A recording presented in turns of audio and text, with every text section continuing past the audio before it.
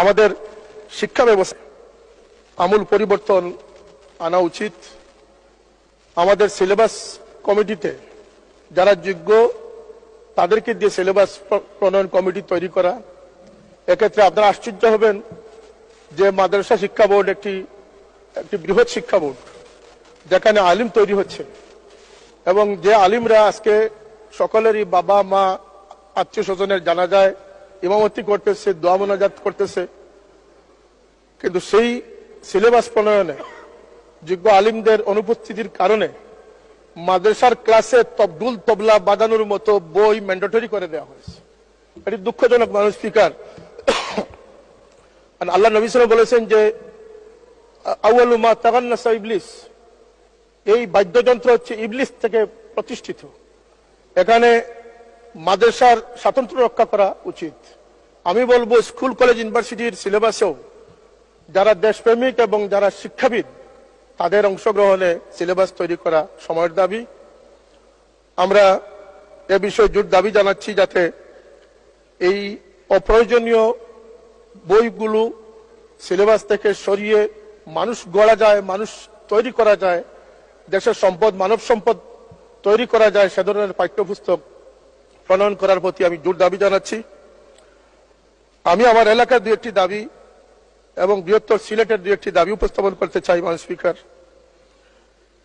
একটি হচ্ছে যে আপনারা জানেন আকস্মিক বন্যায় গত 2022 সাল এবং আজকে 2024 সাল 360 আউলিয়ার স্মৃতিধন্য এই সিলেট তলিয়ে গেছে। শহরের অধিকাংশ স্থানে এমন কোনো বাসা নেই যেখানে কোমর পানি না হয়েছে। এই বন্যায় যে হাজার হাজার কোটি টাকার ক্ষতি হচ্ছে, সিলেটবাসী যে বন্যা প্লাবিত হচ্ছে, যদিও অনেক বিশেষজ্ঞরা মনে করেন যে মিঠামইনের এই সড়কটি অপরিকল্পিত হওয়ার কারণে, ব্রিজ কম থাকার কারণে সিলেটে আকস্মিক বন্যা হচ্ছে, সেটাও তলিয়ে দেখার সময়ের দাবি আমি মনে করি মাননীয় স্পিকার। আরেকটি প্রস্তাব আমি করতে চাই যে মাননীয় পানি সম্পদ মন্ত্রী মহোদয় এখানে আছেন, তিনি সিলেট সুনামগঞ্জ সফর করেছেন, আমাদের কনস্টিটিউয়েন্সির খবর তিনি নিয়েছেন, ধন্যবাদ তাকে।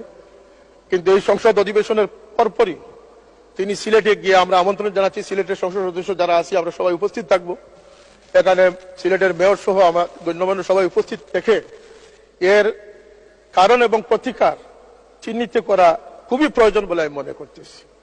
এ বিষয়ে মাননীয় মন্ত্রী উদ্যোগ নেবেন, আমাদের পক্ষ থেকে যে সহযোগিতার প্রয়োজন সেটা। এবং এখানে সুরমা কুশিয়ারা খননের ব্যাপারটা এসেছে, এই নৈবতা হারানো নদীগুলোর কারণে এটি একটি অন্যতম কারণ। আমার সংসদীয় আসনের একটি থানা হচ্ছে কানাইঘাট উপজেলা, যেখানে লুবা কুয়ারিতে ভারতের পাহাড়ি দল থেকে নেমে আসা 1000 কোটি টাকার পাথর প্রতি বছর আমদানি হতো। এ থেকে সরকার 25-30 কোটি টাকা রাজস্ব আদায় করত। এটাকে সুনিয়ন্ত্রিত করলে 100 কোটি টাকা রাজস্ব আদায় করা সম্ভব হবে। এই পাথর কুয়ারিতে 1000 কোটি টাকার পাথর জব্দ করে রাখা হয়ে গেছে। কোন কারণে সেটা আমি সংসদ সদস্য আমি এটা বুঝতে পারতেছি না। আরেকটি কারণ হচ্ছে যে আজকে প্রায় 5 বছর যাবৎ এখানে পাথর উত্তোলন বন্ধ করা হয়েছে। এটিও বন্যার একটি কারণ, কারণ এই পাথরগুলো অপসারণ করলে এই জায়গাটা গভীর হয় না, আর গভীর না হওয়ার কারণে ফ্লাড আরো সহজ হয়। সুতরাং এখানে আশ্চর্যের বিষয় মাননীয় স্পিকার, এখানে 8-10 লক্ষ শ্রমিকের রুটি রুজির ব্যবস্থা রয়েছে। আমরা জনবান্ধব হিসাবে, জনগণের প্রতিনিধি হিসাবে আমাদের দাবি থাকবে যে আমার 8 লক্ষ মানুষের কর্মসংস্থান কি কারণে বন্ধ? এটা তো প্রাকৃতিক সম্পদ, এটা আপনি না উঠালে আর আসবে না। এটা প্রতি বছর আপনি অপসারণ করলে তারপরে এই শূন্যস্থানটা পূরণ হবে। এটি একটি সহজ হিসাব, সহজ ইকোনমি। এটা কি কারণে বন্ধ আমরা সেটা জানি না, এটার ব্যাখ্যা আমরা জানতে চাই। এই দাবি। আরেকটি দাবি হচ্ছে আমার ডকুমেন্ট খানাইঘাটে বন্যায় যে সমস্ত বাড়িঘর ক্ষতিগ্রস্ত হয়েছে, আমি নিজ চোখে দেখে এসেছি। আর 1 মিনিট শেষ করবেন। আমি নিজের চোখে দেখে এসেছি মাননীয় স্পিকার, এই পানি উন্নয়ন বোর্ড কুশিয়ারাতে যে ডাইক নির্মাণ করেছিল, এই ডাইকগুলো অতি দুর্বল। এই নদীর এলাকাবাসী যারা আছেন নদীর পার্শ্ববর্তী, তারা রাত্রে পাহারা দেয়, তারা মাইকিং করে ব্যবস্থা রাখে, কখন জানি ডাইক ভেঙে যাবে। কিছু বাড়িঘর আছে যেগুলোকে নিশ্চিহ্ন করে ফেলেছে, এগুলোকে আমাদের পুনর্বাসন করতে হবে। আমি টিন এবং গড় নির্মাণের জন্য, এই পুনর্বাসনের জন্য বিশেষ বরাদ্দ কামনা করতেছি। আমার শেওলা জকিগঞ্জ রাস্তা এবং সিলেট কানাইঘাট শেখ বুরহানুদ্দিন সড়ক, দুটি সড়ক নিয়ে আমি প্রায় বেহায়ের অবস্থায় চলে গেছি। আমি বারবার এটা সম্পর্কে তাগিদ দিতেছি, কিন্তু জনগণের দুর্ভোগ কমতেছে না।